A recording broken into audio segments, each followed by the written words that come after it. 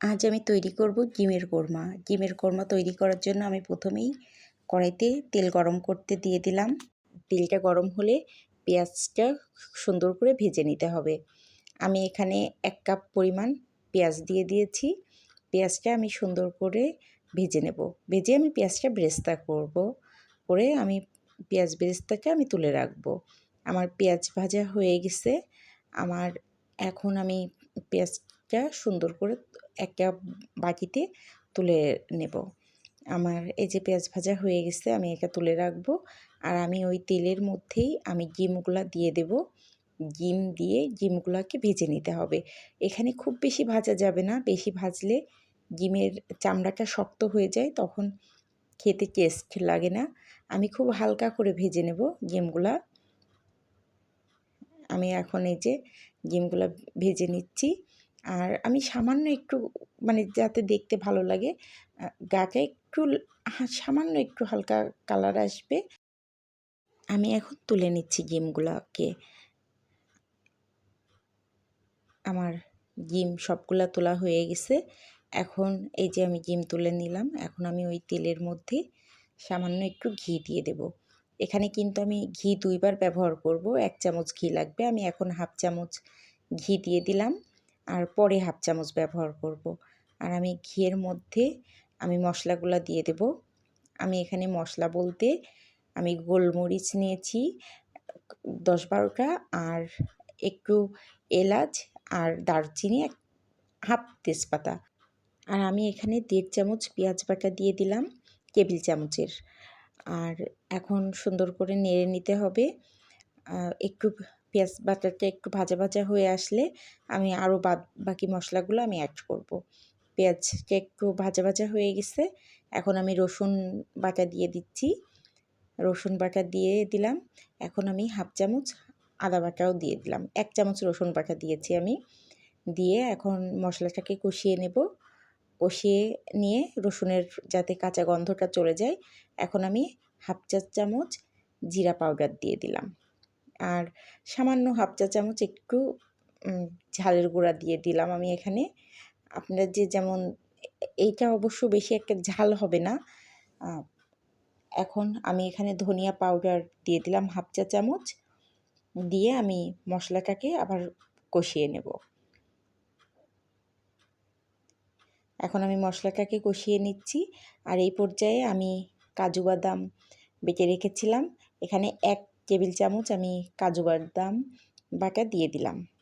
কাজু বাদাম বাটাটা দিয়ে আবার সুন্দর করে মশলাটা কষিয়ে নিতে হবে।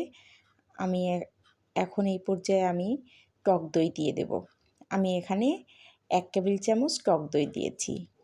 টক দইটা আমি আগে থেকে ফেটিয়ে রেখেছিলাম জল ঝরিয়ে। আমি টক দই দিয়ে দিলাম। টক দই দিয়ে একটু সুন্দর করে আবার কষাতে হবে। আমি কষিয়ে নিলাম। কষিয়ে নিয়ে এই পর্যায়ে আমি সামান্য, এখানে আপনারা যদি মশলাটা ধরে আসে সেক্ষেত্রে একটু জল ব্যবহার করতে পারেন। তা আমি খুব আস্তে আস্তে চুলার জাল দিয়েছি। আর আমি এখানে 1 টেবিল চামচ লবণ দিয়ে নিলাম। লবণটা স্বাদ অনুযায়ী যে যেভাবে লবণ খান ততটুকু পরিমাণে টেস্ট অনুযায়ী দিবেন।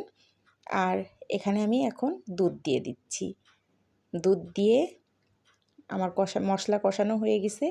আমি দুধ দিয়ে দিলাম। আমি এখানে 1 কাপ দুধ দিয়েছি। যেহেতু এটা খুব বেশি ঝোল হবে না, এটা একটা গ্রেভি হবে, এই জন্য আমি 1 কাপ দুধ দিয়েছি। এখানে আমি জ্ঞানো দুধটা ব্যবহার করেছি। আপনারা যে কোনো দুধ ব্যবহার করতে পারেন, গরুর দুধ বা কৌটার দুধ। আর আমি সামান্য একটু চিনি দিয়ে দিয়েছি, যাতে টক দই দেওয়ার জন্য ব্যালেন্সটা ঠিক থাকে। একটু সামান্য চিনি দিলে টক দই দিয়ে যে খাবারটাই রান্না করবেন, তাহলে পরে টেস্টটা খুব ভালো লাগে।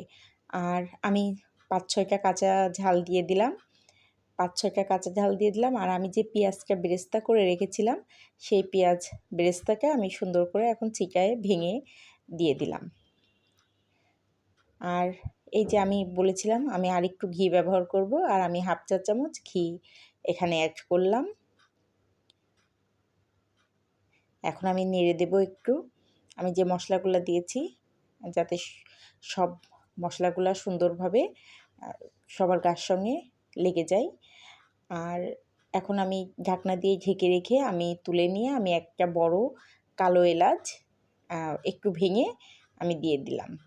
দিয়ে আমি একটু আবার নাড়াচাড়া করে নিচ্ছি যাতে নিচে ধরে না লাগে। আর এখন আমি ঢাকনা দিয়ে একটু দমে রেখে তারপরে আমি নামিয়ে ফেলবো। আমি এখন ঢাকনা খুলে নিলাম। আমার হয়ে গেছে গ্রেভিটা সুন্দরভাবে। আমি একটু নাড়াচাড়া করে এখন আমি একটা বলে ঢেলে নেব। আমার ডিমের কোরমা রেডি। আমার এই যে আমার দেখানো প্রসেস অনুযায়ী আপনারা ঠিক এইভাবে ডিমের কোরমা বাড়িতে তৈরি করবেন, দেখবেন কত সুন্দর টেস্ট হয়। আর আমার রান্নাটা যদি ভালো লেগে থাকে আমার চ্যানেলটাকে সাবস্ক্রাইব করে দিবেন, রেসিপিস বাই শাপলা। আরও সুন্দর সুন্দর রান্না পেতে আমার চ্যানেলের সঙ্গেই থাকুন। দেখা হবে নতুন কোনো একটা সুন্দর রেসিপি নিয়ে খুব শীঘ্রই। ধন্যবাদ।